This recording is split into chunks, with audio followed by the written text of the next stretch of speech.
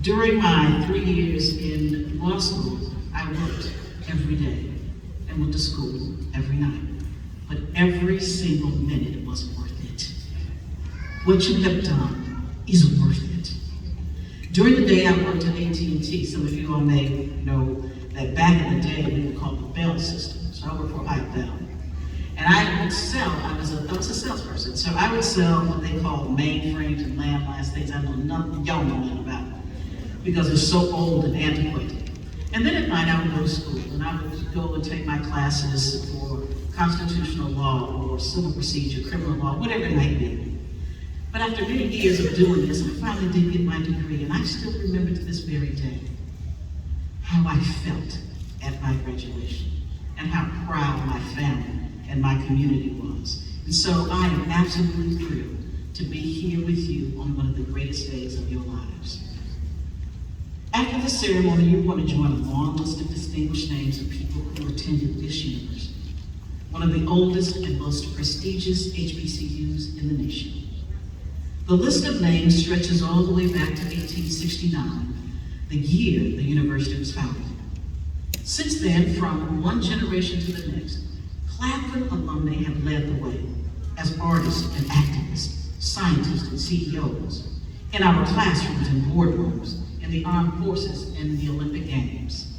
Two members of the class in 1984, Alice Jackson Moore and Annie Holmes, were the first Black women to earn a college degree in the world. Robert Bates became the first Black person in America to become a certified architect. Ernest Finney Jr., the class of 1952, became the first African American to serve as Chief Justice of the Supreme Court of the state of South Carolina. Dr. Blackwell, class of 1953, successfully sued a hospital in Orangewood and helped end segregation in this region's healthcare facilities.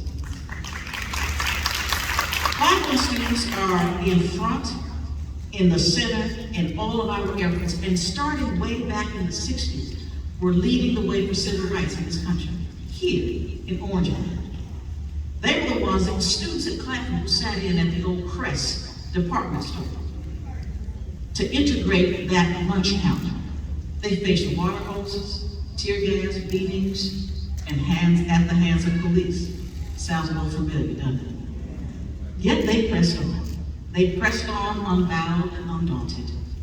Dr. King was so impressed with what was going on here, he came here in 1965 to say, not only are you doing a good job, I want to stand with you so that we can continue this fight for civil rights. So throughout history, the graduates of Claflin University have been trailblazers and hellraisers, innovators and groundbreakers, and we expect no less from you, for you are the future history makers of Claflin.